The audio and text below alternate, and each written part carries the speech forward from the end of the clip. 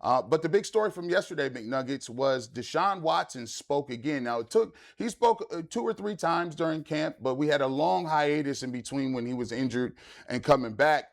We didn't hear from him for a very long time. Obviously, we heard from him for the post-game conversations on Saturday after the Bills game, and it went crazy. Deshaun got out, spoke to the people, the fans, and he has some very interesting things to say in terms of an apology. Let's get to it. We'll break that down. Yeah, I want everyone to be on the exact same page when it comes to dissecting what Deshaun said. It was an opening statement. He wasn't asked a question. He started his press conference off yesterday after being named the Browns starting quarterback with this 2.5-minute opening statement. I'm going to read it in full, in totality, exactly as Deshaun said it, and then we can dissect and address what Deshaun said. But Deshaun, his opening statement from his "I'm now the starting quarterback for the Browns" press conference yesterday. Quote, "First off, I want to address the comments from Saturday after the game. I think just human nature and myself being very emotional, putting a lot of time these last 2 years to get back, spend time in the facility, in the city, meeting with a lot of different people in the community. I thought I was going to get a little different response. But I think my emotions got the best of me, and my comments weren't intended to go at any of the fans around the city because there's been a lot of great fans that have been supporting me. And I know the frustration this organization has put a lot of investment into getting me back in 2022, and things haven't been going the right direction that we thought it would. A lot of injuries, a lot of time off, and not putting my best football and my best foot forward. So again, I understand the frustration. I understand everything that goes into that. Moving forward, I just want to focus on football, making sure that I'm putting my best product out there, having the best ability, because I thrive off the energy. I thrive off the energy of the fans. I thrive off the energy of the community. I thrive off all that stuff. Looking back at my history at Clemson and previously at the Houston organization, I was a big community guy, a big city guy, a big fan guy during the game. So again, my emotions got the best of me. I'm human. I take full responsibility for all of that. Moving forward, I want to make sure I put the best product out there for the team, for the organization, and for the city, so we can put a lot of wins and celebrate and put Cleveland on the map. That's why I put the helmet on my head and I put the uniform on my body as I go out there and make sure I put my best foot forward. That was one of the reasons I chose this city, is to come and have a lot of wins with this community, with this city, and make sure we're on the right track so we can have a lot of celebrations and a lot of excitement each and every Sunday. So again, moving forward, I just want to make sure that I can give the city something to think about in the first 2 games, and when we come back home, that we have something to cheer about, and we can celebrate, go do what we want to do, and that's to achieve the ultimate goal and go win and be a champion." That was his comment. Some called it an apology. Others said he didn't actually apologize for anything. He more walked back what he said on Saturday. Jason, you were pretty vocal about Deshaun's comments on Saturday following the loss to the Bills. So what'd you make of his comments yesterday in regards to being named quarterback 1 to walking back what he had said 48 hours prior? I thought it was good to come out and clean it up. It was good to put him out there as quickly as they did. And it wasn't an apology, but like that's what he should have been saying all along, is like, I totally get why people are frustrated. I haven't played well, whether it's injuries or production, whatever. I'd be frustrated too if I was a fan. Like, that's exactly what you say. Ultimately, it's too late. Like, people don't care. People don't want to hear anything from him at this point. He's got to play well. His production is going to far outweigh anything that he says at a podium at this point. So they just want to see it on the field. And we talked about in the first hour, if they come home 2-0, there's not going to be any boos in that stadium. Mm-hmm. No. If they come home 0-2, good thing he's got a helmet on. Yeah. It's just like the guy has no awareness to like what the fans have been through, and you just have to like take yourself outside of the situation. He wants everything to just move on and be washed over, and like it's clean slate. Like, I get it that he wants that. It's just not possible for that to happen with these fans. It's been 5 years. They don't forget. They'll move on if you play good football, but you don't need to like tell them how to feel. Like, they feel a certain way for a certain reason, and they don't think you're any good, and they don't think you're a great guy. He's personally. given them no reason to feel any differently than how they feel. No, I mean, it just comes off as tone deaf and just like, I don't know, clueless, frankly. to the situation? When you hear it, listen, first of all, it's good. Come on out and like Jason said, you should have. That's the energy you should have kept from Jump Street. Thing I want to know is, sometimes when you go through an issue, right, and people say I'm counseling or rehab or whatever the case may be, and especially when you're going through this stuff mentally, is you should have a roadmap, right? The roadmap is like, I've been out for 2 years to process this. So processing all of this at the podium then gives people an opportunity to say, well, did you actually ever deal with it? Did you ever process what went on and what happened? And so the thing that I always get, that I'm trying to get to, and that statement says something, but the statement that gets me is in his moment of honesty and clarity. He said, Tony Grossi asked him, do you believe that you can put the booze behind you? And he said, I don't know. It's a struggle every day. That don't go away from just yesterday. Right. You can, that statement, that was a nice statement, but I want to get back to the nitty gritty. I want to get back to that. And I think sometimes people don't understand the way a quarterback has to handle it, and the pressures of it are there. Remember, people went crazy when Joe Burrow said something about whether he loved football or something. Sure. People went crazy, like, or when Josh Allen was crying at the podium, right, when they lost. That position eats people alive. That position will eat you alive. Yeah. You are in a fishbowl. So if you can't deal with just the performance part, now you got to deal with the emotional part of it, where you don't know if you have the confidence to continue to lead your organization. That's the part that you could only find out in real time when he plays in these football games. So to me, Jason, like you said, people don't want to hear it now. It's just about you, the quarterback. And I think the Browns organization and Deshaun Watson and everybody else, now we here. It ain't about none of that. It's what you're going to do in this football field. The one thing about the statement, I really don't want to keep picking up. Hashing that. I really don't. Yeah. But the one thing that I kind of caught my eye was like, and because he said this the other day too, it's like, I've been out in the community, I've been doing all this community work, and basically, I'm paraphrasing my word, I'm not getting any credit for it.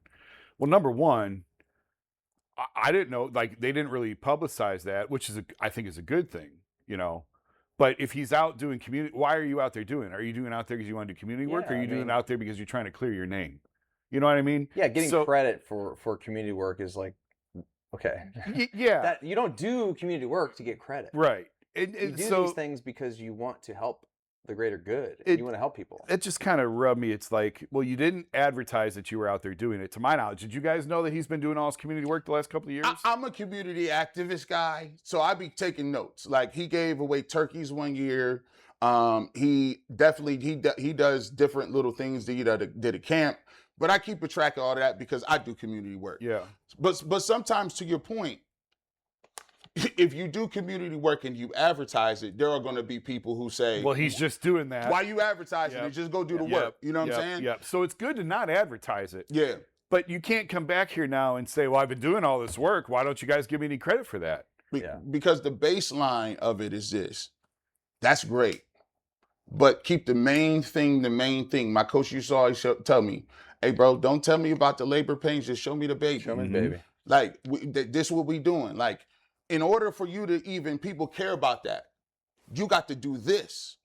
You got to do this well. Like the throws, the press conference stuff. Like you said, if he come back here 2-0 and he done threw for 800 yards in 2 games and he looked like the Deshaun Watson from Houston, guess what? We'll be on UCSS being like, Deshaun Watson, what? What are we doing? If he goes out and cooks and the Browns' offense is Todd Monken's a genius. Todd Monken is back to the genius card. That's how we gonna bring it. Look how smart he was. Look, he already unlocked him. Todd father unlocked Deshaun, and then you're gonna hear ride with 4. Yeah. But here's the thing. It's gonna be like, I told you so, and I told it's just like, I don't know. I would love for the Browns to win. Would love for him to play well. I just don't see it. Can I ask you guys this? Yeah, sure. So Deshaun made the comments yesterday, the statement, walked back kind of what he said on Saturday. It at least was the first time he acknowledged, hey, I get the frustration. Sometimes you have to take the first step in repairing any relationship.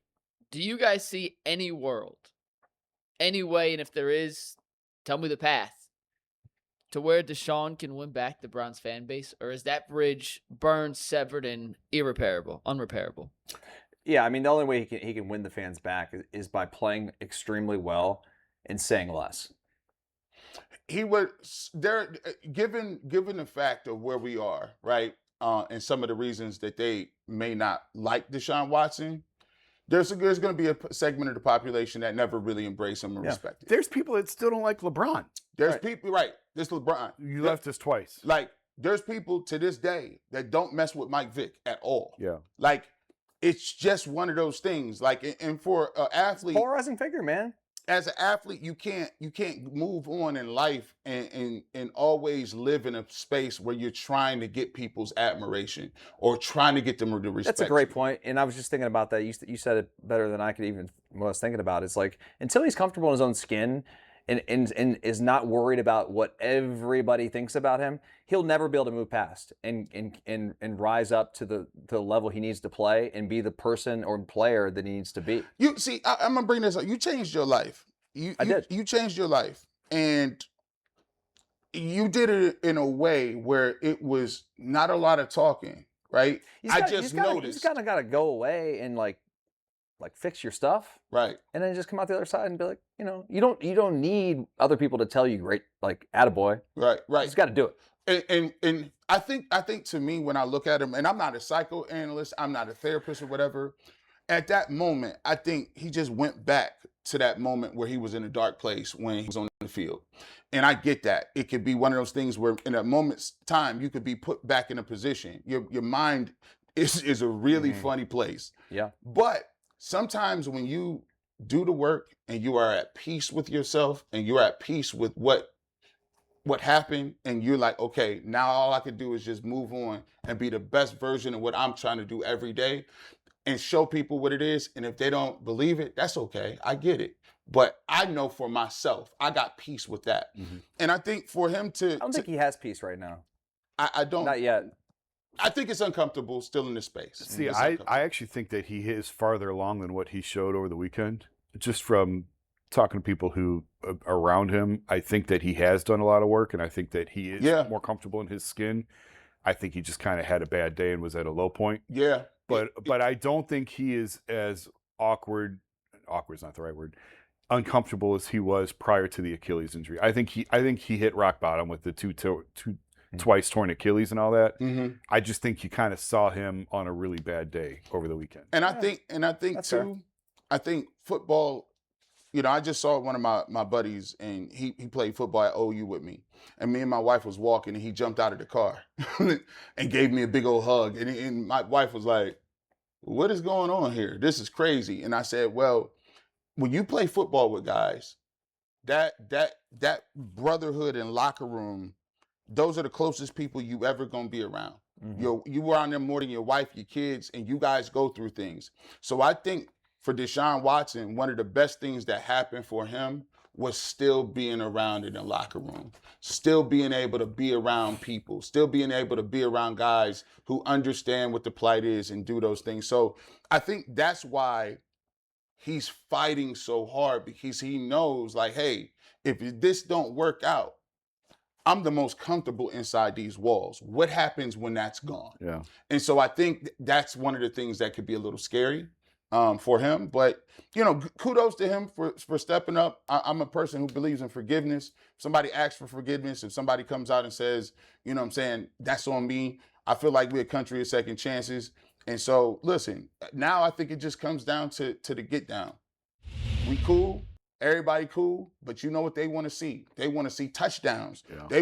That's what they want to see. They don't care nothing about that. If you want to come out and get people behind you, continue to be the person you are, continue to show strides. But then we need to see them steps on that football field, because everybody like touchdowns. White people, black people, poor people, rich people, young kids, boys, girls. Everybody likes touchdown Browns. If you give us that, we roll. We gonna roll. Yeah. But we got to see the touchdowns, though, McNuggets. Mike, to your answer to your question, realistically, I don't think there's anything he can do. The answer to say is if he leads them to the playoffs, has a Pro Bowl caliber, like all of those things, he can win the fans back.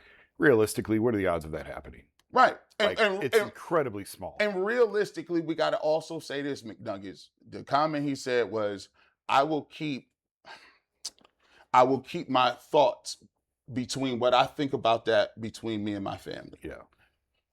That means when somebody say me and my family, that means it's personal. Right. Like that is deeply, it's a thing. And guess what? Hopefully he can get over that as the years go on, and he may be able to just jump over that. But in terms of what that means, I don't know if you're going to get that coming up this year, especially when he's talking about that. I think the Browns are just trying to get to December, January without any more incidents, headlines. Just get to the end of the contract. Just crawl to the finish. That's the state that they're in right now. Well, they're going to. With the starting quarterback. Unfortunately, they're going to have a lot of headlines when he's the starting quarterback. I know. Just saying.